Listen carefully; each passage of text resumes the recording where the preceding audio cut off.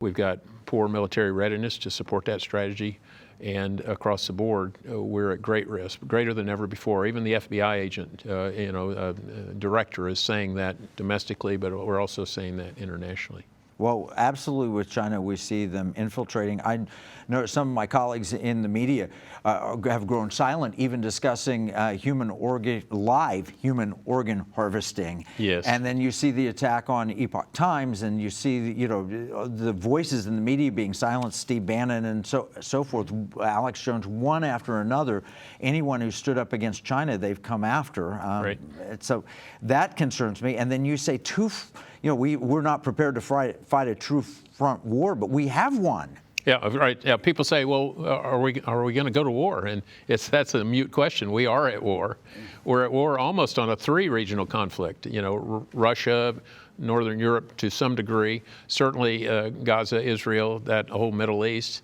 I'd say it's a Cold War at worst. I mean, at best, right. Even worse, with what we see China doing. So. And all that coming across the border. Yeah. Well, let's talk politics for a second, sure. Because we need to have a directional change. You ran a campaign for my favorite presidential candidate, Dr. Ben Carson, right. Who's become a great friend of this program. What do you see politically happening with this lawfare against President Trump? Yeah, well, first, I have great respect for Dr. Ben and Candy Carson. They're just wonderful.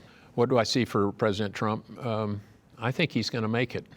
I think my prayer, to be honest, over many years now, watching the liberal left get more liberal, the Democratic Party become undemocratic, and all those transitions, my prayer has been that they would overreach. I think they have badly overreached in so many areas.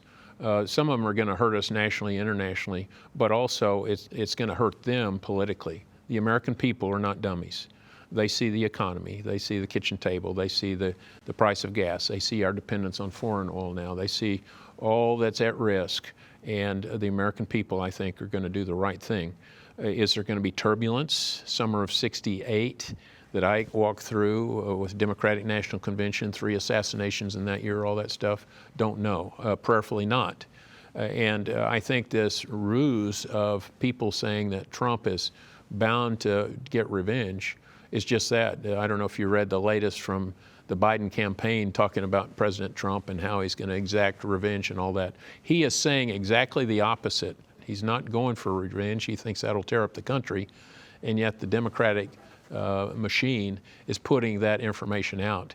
It's as false as it could be about the president that we know. The attempt is to divide the country, sure, and that's how you conquer, right? Divide sure. and conquer. Yeah. So I'm very concerned about what we're seeing politically, very concerned about what we're seeing internationally. I agree with you. I think the American people are very smart and are beginning to wake up.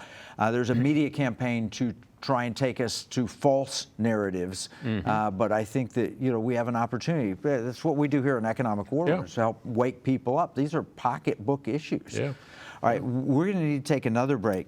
But when we come back from this break, I want to talk about your National Center for Healthy Veterans. You said during the last break, you said that how America treats its veterans and first responders and so forth is an indication of how healthy we are as a society. I want to dig into that, and then I want to give our viewers a chance to learn how they could support the incredible work that you're doing. I know it's not far here from Liberty University. I love what you've been doing, and we'll take the break. When we come back, we will dive into National Center.